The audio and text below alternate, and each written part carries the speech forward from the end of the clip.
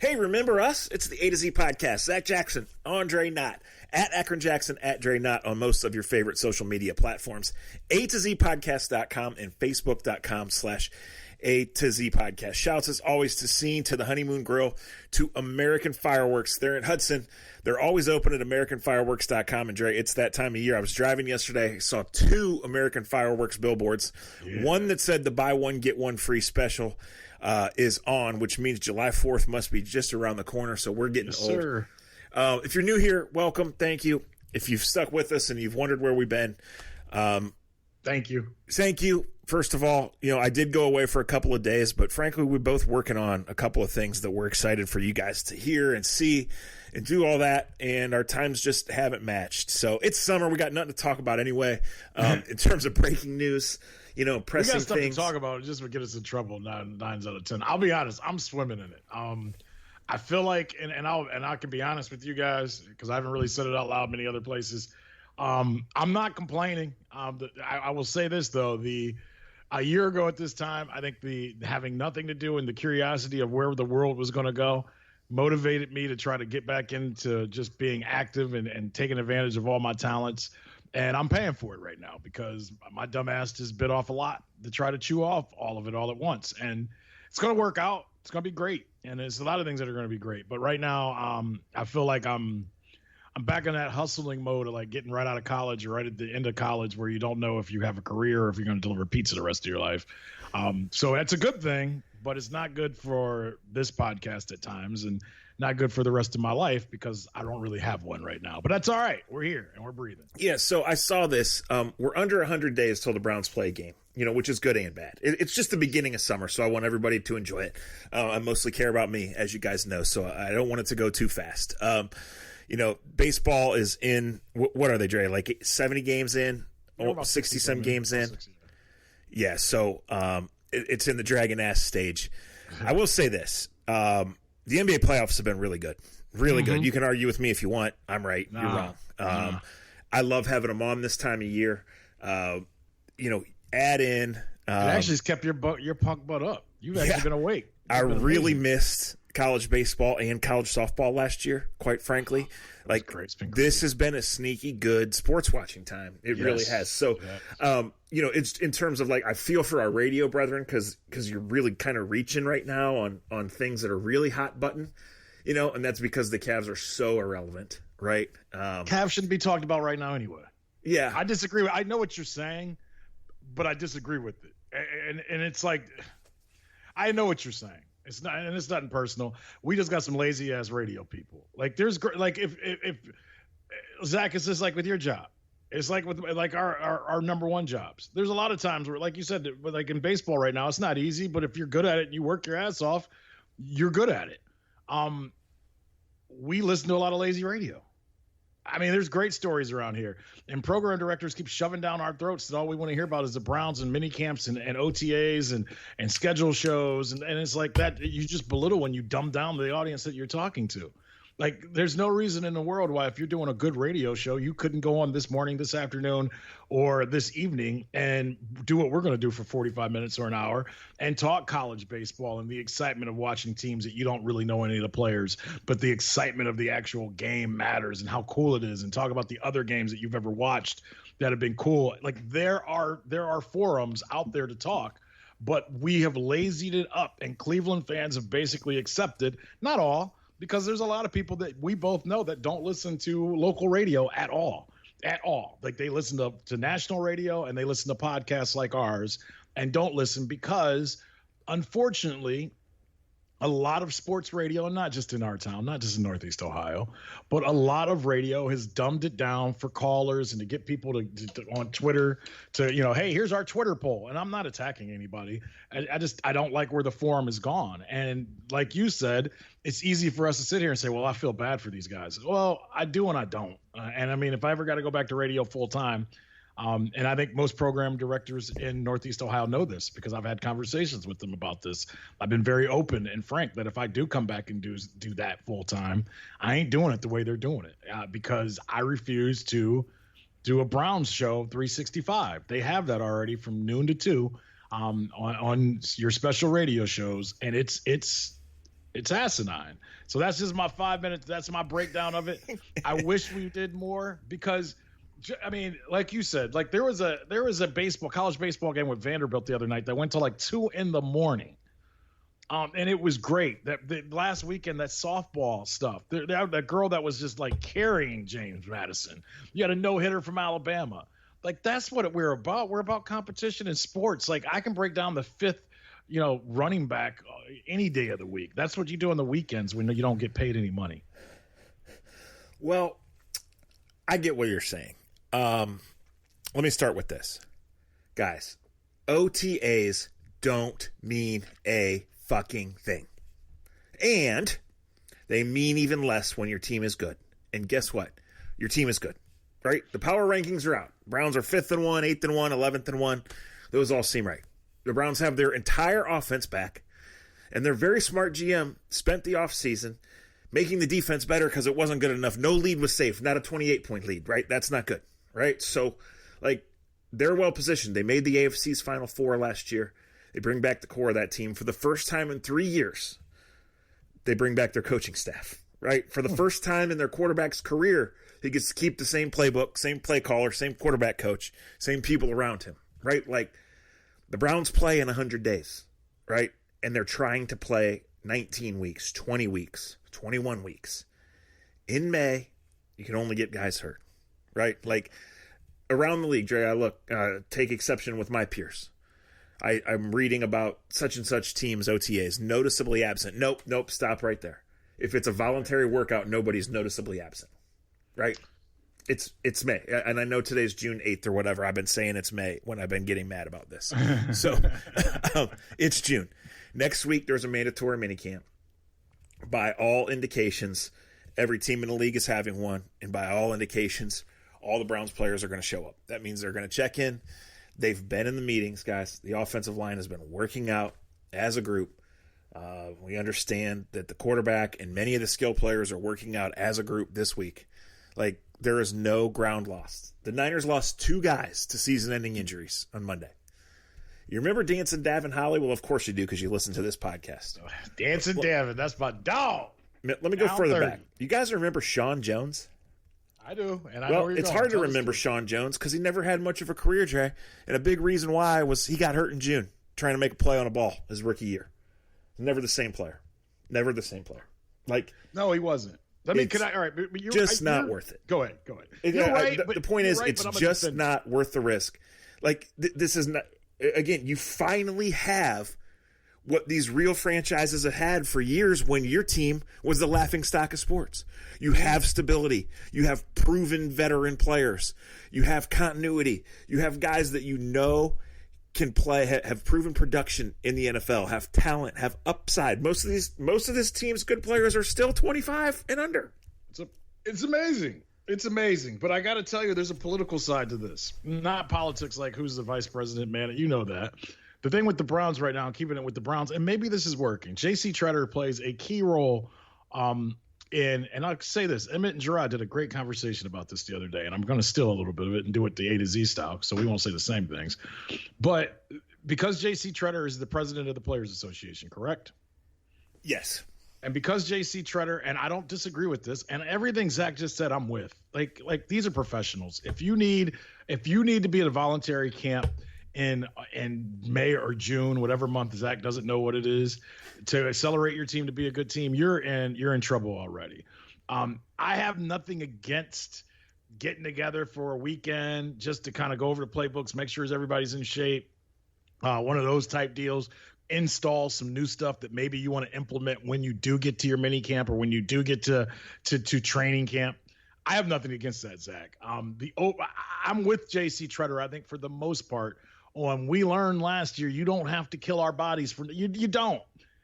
We've overdone it. And I'll admit, we were raised in a certain different way. All of us, most people listening to this, we have the situation going on in Canton McKinley right now where none of us truly know exactly what happened. Situation got out of hand 20 years ago, I think, allegedly, because I don't know the complete truth. And I know believing the truth to 15, 16-year-olds can get us in trouble. That's a whole nother story. Maybe we'll touch on it a little bit later. But you don't have to beat guys over the head to be a good football team. And I think we learned that in 2020. The pandemic helped accelerate our knowledge with that. In saying that, J.C. Tretter being the player president, who I think has done a really good job. He's an extremely intelligent man.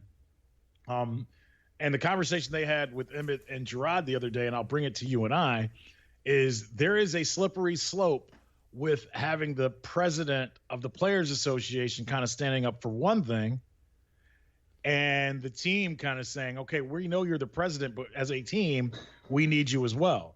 And it's like, what's more, it's like in college when you have guys that are on the football team, which is with its own self, its own entity. And then a guy that goes out and he pledges to a fraternity. And it's like, you get to that fight and it's like, you got a party and suddenly there's a fight and the football players are going against and this happens all the time, by the way. And the football team starts fighting against that fraternity, and you look at the guy on both sides, and you're like, whose side are you on? What I'm saying with J.C. Tretter right now is, what is his most important job, Zach? Like, who pays him? Why is he in the NFL? Right. So, you know what I mean? Like, the fight suddenly becomes a little bit, J.C. Tretter, we love you as the player president, but you're not the player president if the Cleveland Browns don't give you a check. I would end that by saying, there is nothing to see. This is voluntary workouts. He has not encouraged anybody to miss anything. Right. That counts. But they've come together, and I'm just saying, and I think this is a good thing. Do not mix this. I think this is a good conversation on this. I think it's awesome that the offensive guys, for the most part, have come together and say, we're sticking with our guy. That's kind of cool. You know what I mean? Like, and I don't know Stefanski very well, but I think on one hand, it's like the parent of like, all right, these kids are going against me, but at least they're doing it all as one. That's good. And let's be honest, who needs more of the work in Berea right now, the defense or the offense? The defense. And the defense has no all it idea. would be about orientation, right? Exactly. Communication and orientation. Yes. And I said this last week, and it comes out like it was true. I didn't even know. The main guys that you need to be together are together. Baker has Odell is with them. Jarvis is with them. Your top 3-4 receivers are with your quarterback. That's all that matters. Next subject. Like, to me. Yeah, no, I agree. Like I said, it is different if J.C. Tretter is saying we're not going to play in the preseason, right? Or we're just going to show up on August 29th. He's not saying that, right? He's saying we have data that backs up the fact. Like, he's looking out for the player. He's 30 years old. He's had an incredible career, right? Dre, he's in the 4 years, he's not missed a snap with the Cleveland Browns. So anybody questioning his commitment is just fucking clueless, right? For sure. In 18, he had the high ankle that, like, he could not walk. He could not even get on the practice field until Friday. He never missed, right? Like, one of those years they went winless. He never missed. Yeah. 2 years ago, it all went to shit. He never missed. Right, they're building something stronger, though. As I'm saying, camaraderie-wise, they're building something stronger, and it supports J.C. Tretter, and it may not be. And look, okay, well, J.C. Tretter's right. You ask a valid open-ended question. You ask a valid open-ended question of who's his commitment to, the players or the Browns? Who signs his checks? Right. Well, since early April, which is the start time anyway in a normal year, J.C. Tretter and almost all of the Browns offensive linemen have gathered every morning at the same workout place. Bingo. And they do the workouts together. They communicate in person, and they schedule them with the people that they work out with the start of Kevin Stefanski's digital activities in mind. They are all home, on their couches, on their desk, whatever they do, by the time the Browns meetings start. So they really aren't missing anything. Exactly. What I would say is this. And it goes back to our conversation of what we hear. The people you feel bad for, the people you work, your peers. You guys make the story out, not you, but you guys make the story out and keep asking the same dumb questions over and over to the coach. And the coach has to say 15 times it's voluntary. And then that gets played on the radio. And then the Twitter birds start twittering away. And it becomes a story and becomes something that really isn't. Because within the walls of Berea, you've said it already. It's not the problem that Tim or Steve or whomever on Twitter or whoever on radio has no idea how it really works makes it out to be. Correct. They're all working out together. They all are It would be a problem if there was no communication. Like if you sat here and you were like J.C. Tretter and a couple of linemen are working out and a couple other linemen are doing their own thing, none of them are going to the Zooms with Kevin Stefanski, then I'd be like, all right, you got a mutiny, you got a problem. Yeah. There's no problem. There's communication. Think about it in your relationships in your own lives. Think about your jobs. We all work at jobs and we all have to communicate through emails or through Zooms or however. It'd be a bit different if if the boss had to Zoom with you with 15 people 15 different ways. It's not the case. And I get it. Slow news time. It's the Browns. The Browns are a huge story. They're one of the big stories throughout the NFL. I just had Phil Savage, who works for the Jets, kind of say to me last night, when he talks to people and scouts and talent evaluators throughout the NFL, it keeps coming back. The Browns may be one of the most their top 3 most talented team in the NFL. And that's not Phil Savage saying it because he was supposed to. We weren't even recording at the time. It was just us having a conversation. Sure. And he came right out and he said, yeah, they're at a good place. They're at a good point. They are one of the top 3 most talented teams in the NFL. That's what matters right now more than anything else. There's no doubt. The most important part of the offseason is the talent acquisition period, right? Mm-hmm. And the Browns almost completely remade the defense during that period. Because for what has been malpractice to their quarterback, whether you think he's the 3rd best quarterback in the league or the 13th best quarterback in the league, is the way they've treated him with these changes and not supporting him, right? And this goes back to what Phil Savage told you 15 years ago. It's about the cockpit for any of these guys to succeed, right? And so now they finally have that. Last year they got him as tackles. This year they have every single person back. The best running game in the league. Arguably the best offensive lineman in the league. The NFL freaking coach of the year, in addition to his coordinator who played quarterback in the league for 11 years and has called plays in the league before. Right. And obviously did really good job with Baker, with Keenum, with all of them last year, right? And they're in the meetings. So, what has really been missed? Nothing. And like you said, and if somebody getting hurt at this time of year is the thing that you're worried about. And like I said, the camaraderie being built amongst themselves will be more important on August 15th or on September 15th or on October 15th than everybody getting on a plane and being here. In the format, listen, last year they did not have a full camp, and that was because of the pandemic and because of the restrictions and because of the uncertainty around everything. Every single day these guys had to take tests just to get in the building. This year they have full camp. There's a universal starting date, July 27th. They have 3 preseason games. The head coach will probably choose to play his starters a half and 2 of the 3. We'll see. But after that 3rd preseason game is a week earlier than normal. There are 2 full weeks between the Browns' last preseason game and the opener. They have all that time then, when it's football season and when they have a game to prepare for, to have real practices, to give guys days off, to have padded practices, to have optional workouts, to have whatever. It's fucking June 8th right now. Right. Okay. And again, let me sum up by saying this because I want to get to another part of this that relates to all sports, Jay. For years, guys, the Browns were middle school football. But this is not middle school football, where on the first day you also have conditioning. Right? Where on the first day you get taught exactly the terminology of everything. Right? Where you learn a position and run cones and tires. Like, NFL players have to take care of their bodies 11 and a half months a year or they fall behind, right? NFL players are contractually obligated to be tuned in on some level for 6 to 8 weeks in the offseason and then a 25-week marathon that starts in July. This is the voluntary part of that 6 to 8 week period, right? They'll be there next week. If they don't, they get fined. It's real simple. I'm telling you, I'm reporting, as I've said before, attendance in the meetings has been great. Attendance at the workouts among the offensive linemen and some other players has been great, right? Like, these guys they love you. The Browns are the off-season workout video champions of the world, right? You've seen it. They're doing the work. Everywhere.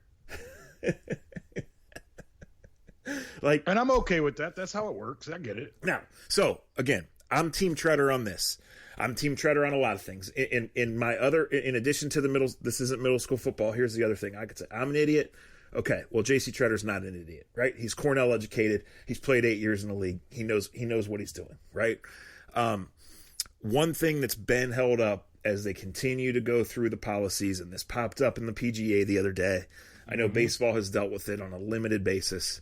Is COVID has not fully gone away, right? And what the Tretter and players stare down with the teams has led to is still no media access. And Dre, I know you're dealing with it too. You know, we go to practice, guys, and we're outside and we're mostly vaccinated. I mean, I'm speaking for me and you know, 2 or 3 other people. Kevin Stefanski and Andrew Barry and the other coaches who have been vaccinated don't need to wear masks.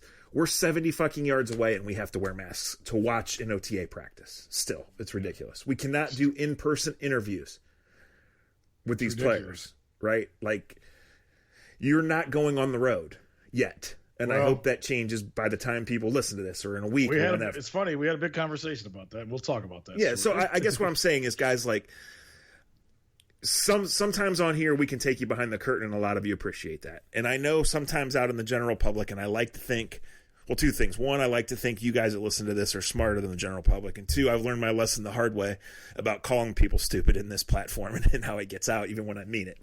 If you're more than a casual observer of any of these sports, Cavs, Browns, Indians, soccer, NFL, whatever, you should want in-person access. Yes. You should. You really should. It's good for you. It's good for us. It's good for the intelligent conversations that take place on whatever platform. It's good for the stories you read, hopefully on The Athletic or whatever platform. And it's necessary. It's not something that could, would, or does limit these guys from doing their jobs in any way, right? And, like, the Packers won't make Jordan Love available, and that's a fucking joke. This is the National Football League. It's for big boys, right? But because of these regulations, they can get away with that. Right. You know, I for a year now have been everyone else these Zoom interviews. You know, that you have to, like, it's not good. It's not good enough, and it's not good for us, and it's not good for the players, and it's not good for your experience. And it's time for it to end. I understand there has to be rules and regulations, and player safety has to be number one. Let me quote a player that will remain nameless. Okay, but a player said it perfectly. How the fuck are you going to let 72,000 people into a stadium, but you won't let us do our jobs, and you still got us trying to wear masks, and you won't let people do their jobs that are right next to us during games? How are you going to continue to make money off of what we're doing on the field, but you're still going to regulate us on rules that were made in a year ago? That's from a player. That's not from me. Mm-hmm. And the player, I will not say his name. I'll text the name to you as we do this. Most players get it too. Do players look forward to the media coming into the locker room or having to do their media sessions? No, not really. But a lot of times the intelligent player knows that whether they like the media or not, sometimes the best way, because like Trevor Bauer and I used to have these conversations, and they were good. And Trevor's his own guy, and I don't agree with everything Trevor says, and I didn't agree with him here because at Trevor's the thing was like, I can do my own interviews. I can say, I can do my own thing. I got my own platform. And it's like, yeah, you do, but you don't get that platform or nearly as many people to watch if they don't watch you in the games, if they don't learn who you are from doing interviews with me and doing it. Like, there is something about it still. Like, I get that you have your own platform, but for your platform truly to grow, they need to see you do what you do. Otherwise, you're just another asshole with a video team and a vlog. And there's a bunch of people with those and podcasts. As we know, everybody's got a podcast. Oh. Some have 3. Most should have none. There's no Browns fans left. Everybody covers the Browns these days. Everybody covers the Browns. No, and listen, this is the core of it. There's new media, and teams the smart teams especially, all teams kind of have now, but the smart teams have been ahead of the curve of investing in team social media accounts, right? And team YouTube shows and all of this stuff. At the core of it, though, guys, the games are on TV. That's media, right? Like the briefing after practice by the head coach, regardless of what or how you consume it on Twitter, on the team website, from the radio stream, like that's media. And like it is so not good in these circumstances, right? And for a long time, we've said we get it. And I'll even say now, I don't need to go in the locker room. That's fine. Right. If there are reasons for these regulations, I'm totally fine with that. But there is no reason I cannot stand with a player after practice and interview that player. Well, right? There is zero reason. Shout out to John Greenberg, who works at the Athletic. Steubenville, Ohio zone. Steubenville, Ohio zone. OU. Zach was at OU when he was at OU. That's how he introduced himself to me the first time we were in a clubhouse in Chicago. And he came up to me. He was like, "You don't know me, but I know you." He goes, "Zach and I met each other at OU," and we just laughed our asses off. So I say shout out to John. And if you have an athletic account, John yesterday wrote a story that really speaks to most broadcasters that are doing baseball right now. He didn't interview me for it, and that's fine. But a lot of these other guys that have bigger names than me in the game in that game. And my wife even read it. My wife found it before I did, and it helped her understand why I've been such a hard person to deal with, harder than usual to deal with. And I'm not. Look, I am overblessed. I appreciate my life. I appreciate my career. But I think we all have to understand this and see this. What we're trying to do and what we're trying to accomplish and what I'm gonna go to work tonight and try to accomplish, it hasn't been easy, man. Doing games when you're watching the TV is just that. And and I'm lucky, knock on wood. My job thinks I'm doing great. So they tell me. I guess if I'm not back next year, we'll know the difference. And I think I am doing pretty well. That's possible. My contract's up. I'm doing my best. I'm working my ass off, and I'm digging at their different ways and going by. And like our broadcast is different than most broadcasts. They allow me to just open my mic and talk shit. And they trust me to do that. And trust me, there's times where I know that scares the hell out of them because you don't know what's coming out of my mouth. And I may go to boundaries a little bit further than other guys do.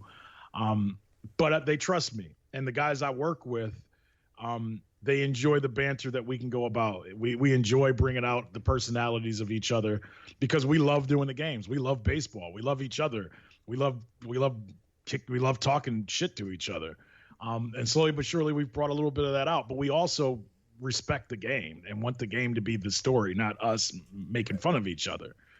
And I know there's a lot of other guys in my role, and I won't say names, but I get a lot of texts and I get a lot of phone calls from other guys and women that have my job that are pulling their hair out right now. Because they don't have the access to the players like it was set up to do, because you're not at the actual games where you can just like sometimes I can do games sometimes just on telling you about people in the stands and fans' interaction with the players or how, somebody's mom is there, somebody's friend is there. Like, you know what I mean? Like I can do like half my reports on just this setting. The setting now is me in a cold fucking studio by myself with, a TV. And sometimes I hear myself talk. Sometimes I don't. I will say this before it even is out there. And maybe by the time it's out there today, I was told by one of my bosses that I've been cleared to go back on the team. I've been cleared already, but I've been cleared officially to travel with the Indians again. But it may only be me for the next trip. And it may be only to places that are under the same company as we are. It may be only Bally companies, and it may just be me, and Matt and Rick may not come. And so my bosses asked me today, they were like, if it's only you and some of the things we do during game change, would you be ready? Would you be willing to go? Or do you want to stay back and keep doing it the way you're doing it? And I got to say, I instantly said, put me on the fucking plane. I want to go do my job. I want to go because I'm better at my job when I'm able to do it the way that it was set up to do it. And I may not be a part of the game as much early on because we got to finagle different. It's a bunch of mumbo jumbo that I don't even understand. So me trying to explain it wouldn't make sense. Right. But I think we're turning a corner, Zach. I know that there's some people out there that don't think it's a big deal. We are all happy just to get games back a year ago. Like you said, we're happy just to have the College World Series is back, and all that's great. But to do it the right way, you need people there. You need the actual people telling you about the scene and the setting there. I think we're getting there. Fingers crossed by after the All-Star break, all three of us will be there. But we may never, ever, ever travel again with our producer, our director, and a lot of key guys that are in our ears that help us because, well, it's cheaper to do it that way. Well, and look, a year ago, we just wanted the games back, right? And we're so happy that they were on TV and on our radio or on our computer screen, whatever, right? But, like, you want to do good TV, right? And you need to be there for it to be great, right? For the Indians need it, Bally's needs it, Matt and Rick need it, the director and producer whose names I don't know, right? They need it. They need the natural sound. They need you to feel the game, right? They need you to interview the guy that just had the game-winning hit on the field, not 30 minutes later in the studio. It's not the same. It's not the same. Like doing these post-game interviews is just like, listen, what the hell? We fully trust the leagues, the cities, the players union to go back to the initial, all the work that's been done to get to this point. We fully trust that. Well, in Ohio and in most places, stadiums are back open. Yep. Right? Regulations when we come have back been Friday, followed. we expect it to be sold out. We expect like opening day 2.2. And this is what pissed off the player that said what he said to me. Yes. He's like, because we're running promos saying, hey, everybody come back, fireworks, this and that. And the guy's like, but they want us to wear a mask when we walk into a room. Yeah. No, and I want the Browns on July 27th or whatever, I want them to be able to open training camp, right? And I want every business in Berea to benefit, and I want to see and feel that energy because, guys, there's been years that the Browns are fucking 3-13, and everybody in the world knew they were going to be 3-13, and on the first day of training camp, there's a Super Bowl chant, right? Here we go, Browns. Right. There Well, we go. I want that this year, and I want to record it, and I want to feel it, and I want to write about it, and I want to tell you about it. But here's the facts. If one fan's allowed in those gates, then why can't I stand 5 feet from Jarvis Landry and ask him a question? And I'm telling you, and I know you haven't talked to Jarvis Landry about. Okay, here's a question. I don't know Jarvis Landry that well, but I'm pretty sure because I just text you the name that I sent. Pretty big deal guy, who's like, "This is stupid, Dre. Just come bring your camera and let's talk." Yeah, like we always talk. I'm pretty sure Jarvis Landry would probably feel the same way about you and about guy like he may not be best friends with you or whomever else, but he would rather do that than have to set up one because like the Zoom interview is pissing off everybody. Like yes.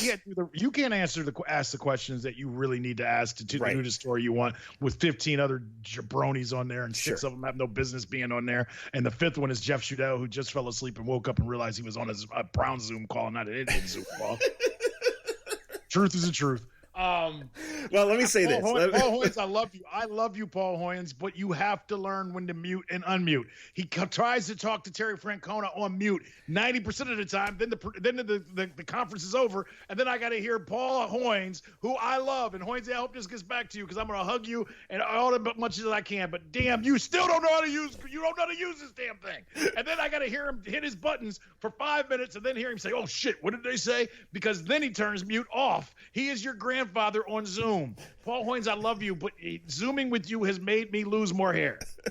100% true A to Z story. Last Wednesday is the Browns' first open OTA.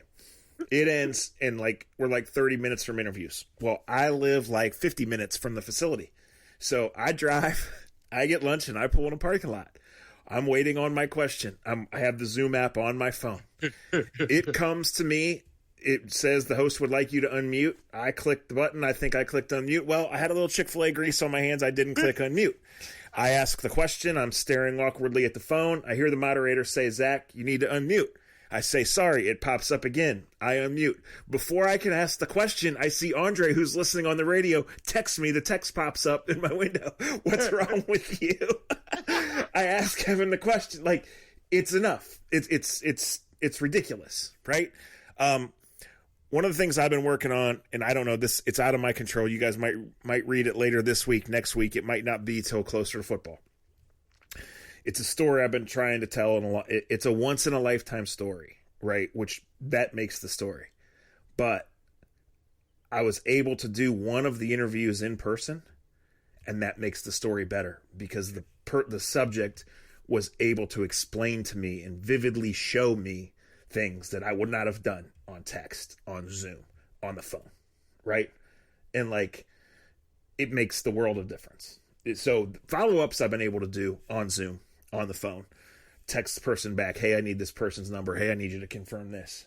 But what you're going to see, which is 3 months of my work and a story that goes back 15 to 18 years for the subject of it, would not have been possible without a 15-minute of us sitting in the same room.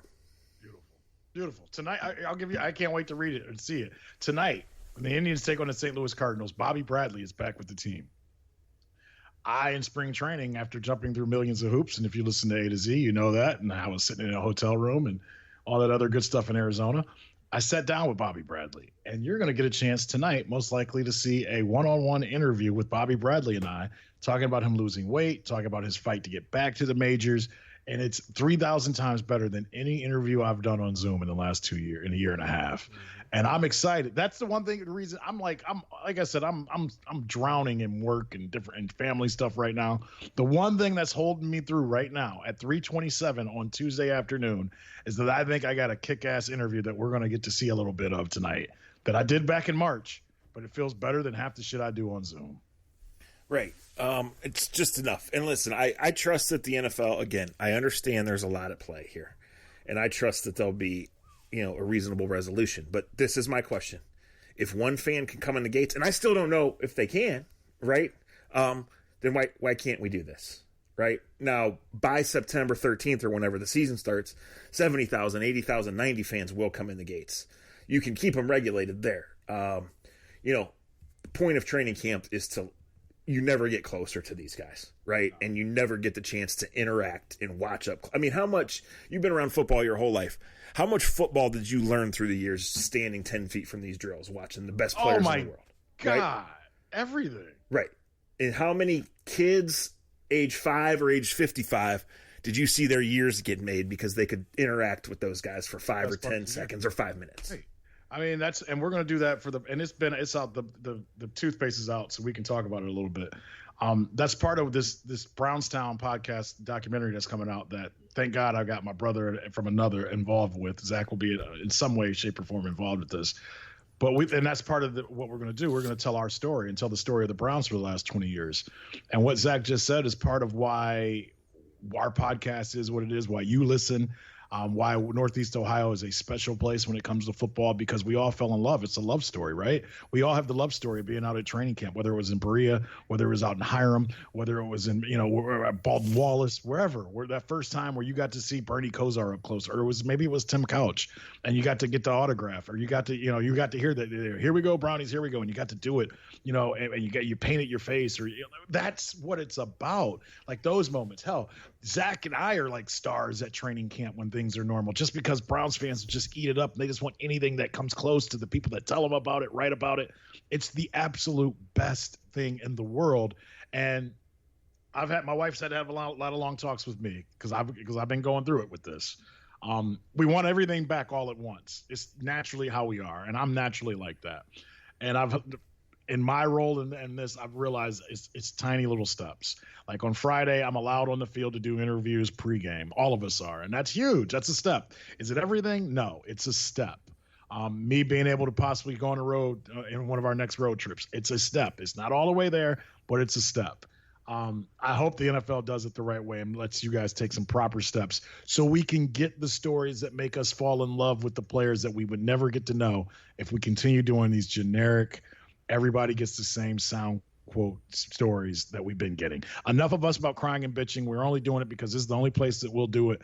Hopefully, yeah, but you know what? I don't think we've bitched once. I think we've asked legitimate questions. Me too. Well, I mean, I guess maybe we have. There's always one asshole that wants to say it, but that's their problem. They wasted their time. Well, sure. No, like I said, I tried to say, here's the caveat. Like, if you don't care, you don't care. We probably don't want you to listen to this anyway because you don't want any deeper than surface talk anyway, right? Yeah, you want another Browns fan podcast that just blows you and tells you that you're, never mind. Here, I got to say this though as we go along. Because I don't know how much more time I have left or how much more time you have. But you brought up the NBA playoffs. And I got to say something to you quickly. I'm not against LeBron being out. I think it's okay. I think that it's interesting if you have an open mind, open heart, and a brain. When you see the Miami Heat out and you see the Lakers out already and you see how quickly they had to turn this season around, I think that plays into it. This is not the bubble, but it has been the bubble. I think there's some mental, physical strain on a lot of people. But let me tell you this. If you can get past your preconceived thoughts on certain teams and players, this playoff, mark it down, 2021, may change the NBA, may be the next stepping stone for the NBA, and that's not a bad thing. The New York Knicks being in the playoffs, as much as I could care less, and I've loved how bad they've been, I thought it was great to see MSG blowing up and to see Ice Trae go in there and become the new Reggie Miller. One of my favorite moments of the year, Zach, seriously, because that brought back childhood memories. That was awesome. You remember that is the Mecca and to see players go into the Mecca still and be able to have that type of just like, that's awesome. That's the theater of what the playoffs are about. That's what we used to watch on Memorial Day weekend when you'd watch Danny Ainge getting beat up by the Detroit Pistons. Anyway, so I like that. And I want to say there are 3 names now in the NBA that may be changing the NBA. I tweeted this when it happened in the Portland situation. I thought the Portland situation is intriguing. I love Damian Lillard. I love what he's about. But NBA Twitter is this funny place for me. We got a couple people like Cuffs and other people that they're riding it out as long as they can, and God bless them. I kind of love what they do, and I know you have your love-hate relationship with that as well. But NBA Twitter is all about, I hate super teams. I hate these super teams put together. Damian Lillard is a real one. Not 5 minutes after Damian Lillard gets knocked out of the playoffs, those same people are tweeting, can't wait to see him in a Lakers or a Dallas Mavericks uniform. Well, isn't that the NBA, though? Isn't that Yes. That's the world? Travel baseball is the world, is what I like to say. Yes, the basketball's been great. The MSG was awesome. Of course, we've had a couple incidents that have been bad. As far as LeBron, people are acting a fool, Zach, right now. People are acting like Yes. they've never been out the house before. I can tell you that. No, you're right. And look, we have LeBron overload. LeBron's been in the spotlight for a long, long time, right? Some people choose to hate LeBron for basketball reasons. Some people choose to hate him for other reasons. And the fact is, when the Lakers advance, there's a portion of the NBA universe that says this is how it's supposed to be. He's the king, and the Lakers should always be on top. And there's a portion that says, man, it's great to see them go down, right? Yeah. That's just what it is. I know it's not going to work out. It would require a change of the calendar, but I wish they would do it. Dre, I would just say this. Nobody wants to see the NBA start on fucking October 27th. I would like to see the playoffs later in the spring every year. I just would. For sure. We'll see how that goes. You got time for me to tell this story real quick? All right, let me say one more thing about the NBA, and I'll be quick and then do that. I hope everybody is falling in love with Trae Young and realizes the type of player he is. He's got killer in him. I love how he talks shit. We've kind of gone through that. I love that he kind of stands on his own. I love that Ja Morant has now been seen by more of the country, and hopefully he becomes his own man, and hopefully Memphis builds up around him the right way. We're worried about these super teams. I feel like we went through a generation of kids that grew up in AAU, and the super team thing was okay because they wanted to be different from the generation before them. I feel like the Ja Morants, Trae Youngs, and Luka Doncic's can change that, and maybe those 3 guys stay in their own place for the next decade. Yeah. And we're going to have a great run with that. I love that when I was in Arizona in March, Phoenix radio, Arizona radio killed DeAndre Ayton every single day. He has played so damn good in the playoffs. He's been fun to watch. Devin Booker is a killer. And I'm saying killer, I love that. I love Trae Young, Luka, Devin Booker, Ja Morant, because I think that's the next generation, Zach. Hey. I don't know what's going to happen to like Bradley Beal and the other guy in Washington who we love. They'll probably end up on the Lakers or Dallas. Dallas isn't a crazy – like, I can't wait to see what they do. We're going to have so to do close. this again. But you mentioned Booker and Ayton, who have both been awesome. But, man, shout out to the old guys. Chris Paul's been great, too. And I know he battled the injury, but, like, he's played. Has been good. You're right. He's played awesome.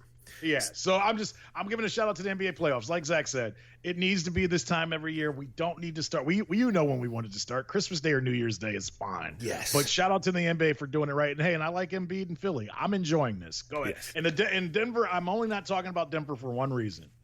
They don't have Jamal Murray, so this series just ain't going to be the same because Jamal Murray is the truth, especially with their big man, and we're just not going to see it, unfortunately, this year. So this is the new world. Even 10 years ago, gambling was taboo in sports, right? And now it's not. It's becoming legalized. I'm of the understanding that Ohio is only months away from it being legalized. Last month, at 8 p.m., Maryland passed their bill, and at 6 a.m., the Ravens had an announcement about a exclusive sports gambling partner, right? Yeah. But, like, golf is going to explode. And golf being on TV, and not necessarily on TV, but on your laptop, on your computer screen on Thursday morning when nothing else is on, is going to be a part of that. Golf has some young stars. Hey, Brooksy. Yes. That really, Phil Mickelson it was incredible a couple of weeks ago what happened, but golf has some marketable young stars that understand social media, that are having fun with this, whether it's fixed or not. So if you've listened, I got friends in some real low places. I also have a couple in some high places. And I was invited last week by a good friend of mine whose family members are members at Muirfield Country Club. Where the memorial is. So on Friday we went down, valet parking, clubhouse passes, incredible. On the list for one of the party houses to go and just walk around and see. I'm a little bit of a golf fan. I'm a terrible golfer. I don't understand the nuances. I appreciate these guys' talents. I love to just go walk around a place like that. Anyway, Dre, we're up at the clubhouse, and the house that we went to was up near the clubhouse. And so for a good hour and a half, because that's where the majority of the people are, my phone was not working at all just because it was on signal overload, right? And it was great to be back at a sporting event and all that stuff. So got it to work for 5 seconds, and my friend said, come down to 14 and 15, meet us there. We'll see. And frankly, he picked that spot because it's right by a concession stand and a bathroom. So Perfect. It was the perfect spot. So I get there. We're standing and waiting. I haven't seen my phone in a long time.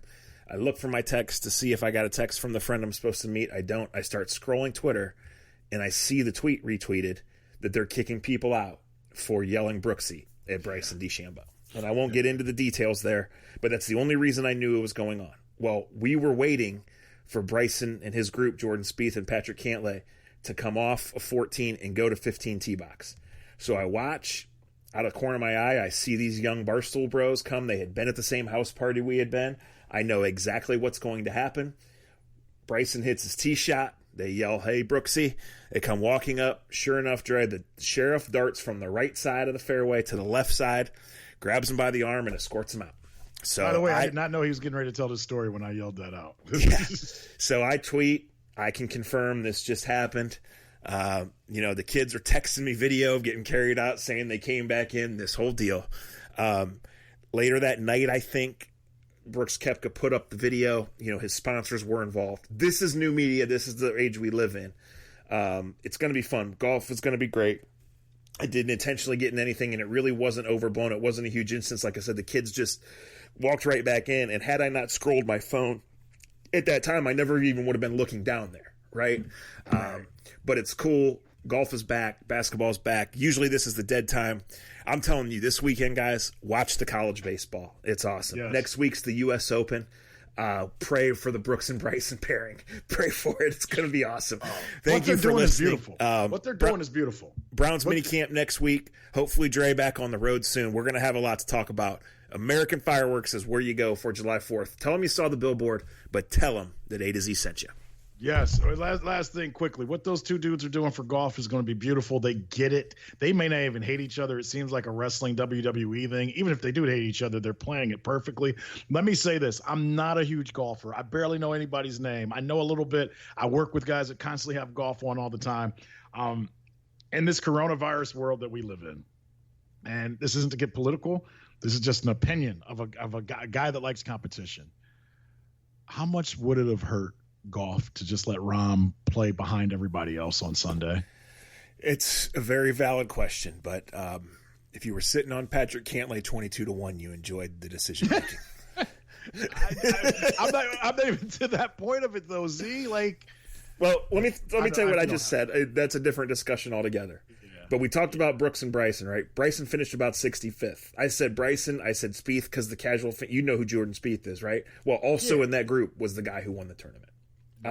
Yes. Next time, let's talk about that because this is going to happen in baseball and or football. Like COVID's going to affect. It did kind of happen in the World Series. Remember Turner had it and went out and played. They told him to leave. Then he went out and kissed everybody afterwards, and it was fun. This is going to affect because it just is. It's not going to totally go away. It's not. But yeah, that was a hell of an interesting decision. That's for sure. I get it. But I would say this. This was Friday. I was at the tournament. Saturday, I was kind of paying attention, because it's the memorial. But I knew that Rahm had pulled away. I went to my cousin's graduation party. I didn't even, I wasn't paying any attention. Then that night I saw it all on Twitter and I was stunned at how it was handled. Yeah. Stunned. Have fun with my other part of my family this weekend. Don't embarrass me too much. I'm sure we'll be on FaceTime or time or two. I hope you're not recording when it happens. You know, it's nothing better or worse when my wife gives me reports on what Zach is doing as he's hanging out with her cousin. Well, if this is the last A to Z, it was fun. Hopefully there's another one. We'll talk to you guys soon.